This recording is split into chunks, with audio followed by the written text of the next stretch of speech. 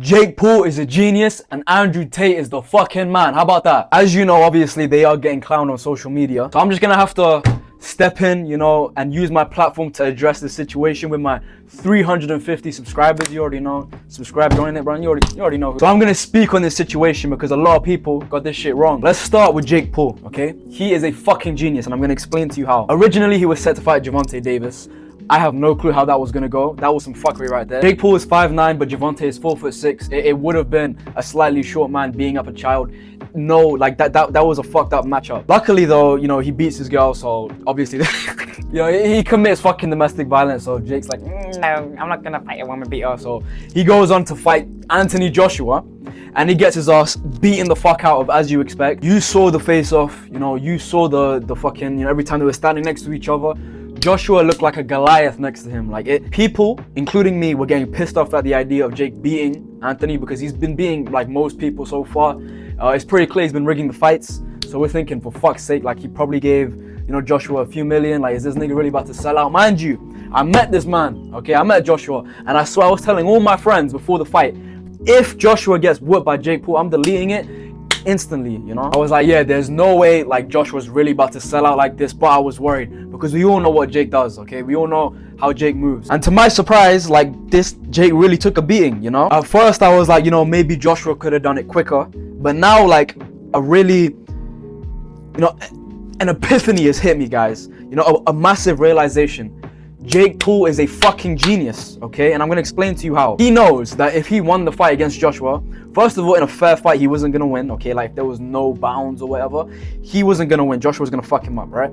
And also, if he somehow paid and convinced Joshua to sell out and, take the dive, that also wouldn't be a wise, business decision. Because now, even though people already had that idea of him, if Joshua dived, the idea of Jake being a fake boxer would be completely solidified. And I think Jake's genuinely trying to chase a bit of greatness. So he thought to himself, why don't I pay Joshua a bit of extra money, not to lose, but to go easy on me and not kill me, and play around with me, throughout the rounds, beat me up but not fully knock me out, and then go in for the knockout later on, and sort of give the people what they always want, which is to see him get smashed. No diddy. Now, I don't think you guys remember the Ngannou fight, because that was one of the first things that popped into my head when I saw Jake get smashed. Jake, I believe, if I remember, got TKO'd at round 6, right? That's a round 6 TKO, right? A TKO and a KO are completely different. Technical knockout. Jake was not unconscious, okay? He got whooped.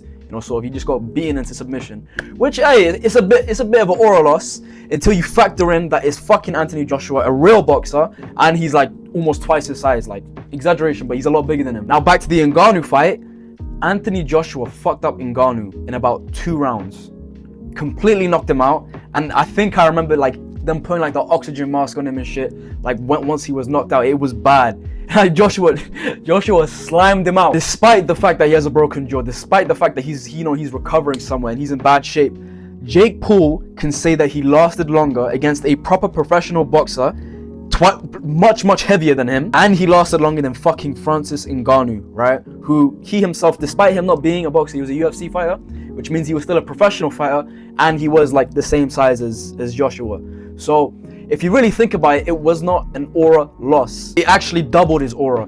Anytime someone tries to make fun out of him saying, oh, you got fucked up, he lost to a professional boxer, an actual professional, not an influence boxer, that was way bigger than him. You can't laugh at Jake Paul for that, The only thing that you can do is possibly point the finger and be like, look, I think you kind of paid him to go easy on you. I genuinely believe Joshua could have got the job done way quicker, because if he did that to Ngannou in 2 rounds, he should have finished Jake within the first 30 seconds of the first round. Yeah, but regardless, Jake is coming from this with a lot more aura. He has plausible deniability, No one can really take the piss out of him because it was fucking Anthony Joshua, and he lasted longer than Francis Ngannou. Are you guys seeing this right now? He is a genius, and I'm gonna stick by that. I don't give a fuck what you guys say in the comments. He is a genius. He has increased his aura, and now people are gonna look forward to his next fights, because now there's the possibility of him getting whooped. Now there's a possibility of him getting knocked out. He's kind of brought up his credibility by showing the world, him taking a beating and shit like that. So yeah, that's Jake Paul out the way. Right now, on to our second high-profile person that took a beating last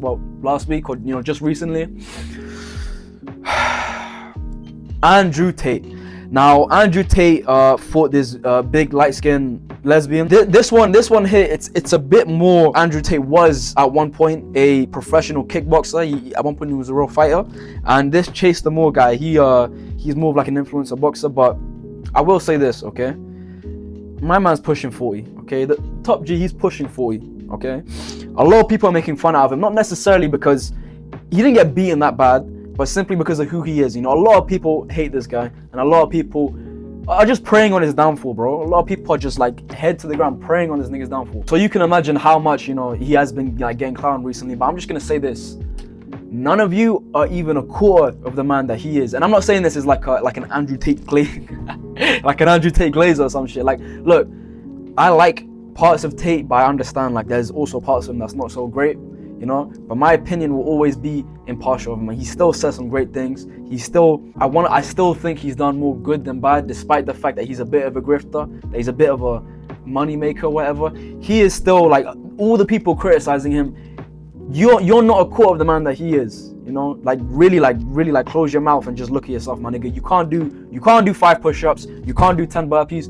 You're not that guy. You are not that guy, and you're criticizing, you know, another man for stepping in the ring and actually fighting. No steroids. He most likely didn't use steroids. Very clearly, he didn't pay Chase, by the way. It was a real fight, and he did his best, and he lost. It is what it is, you know.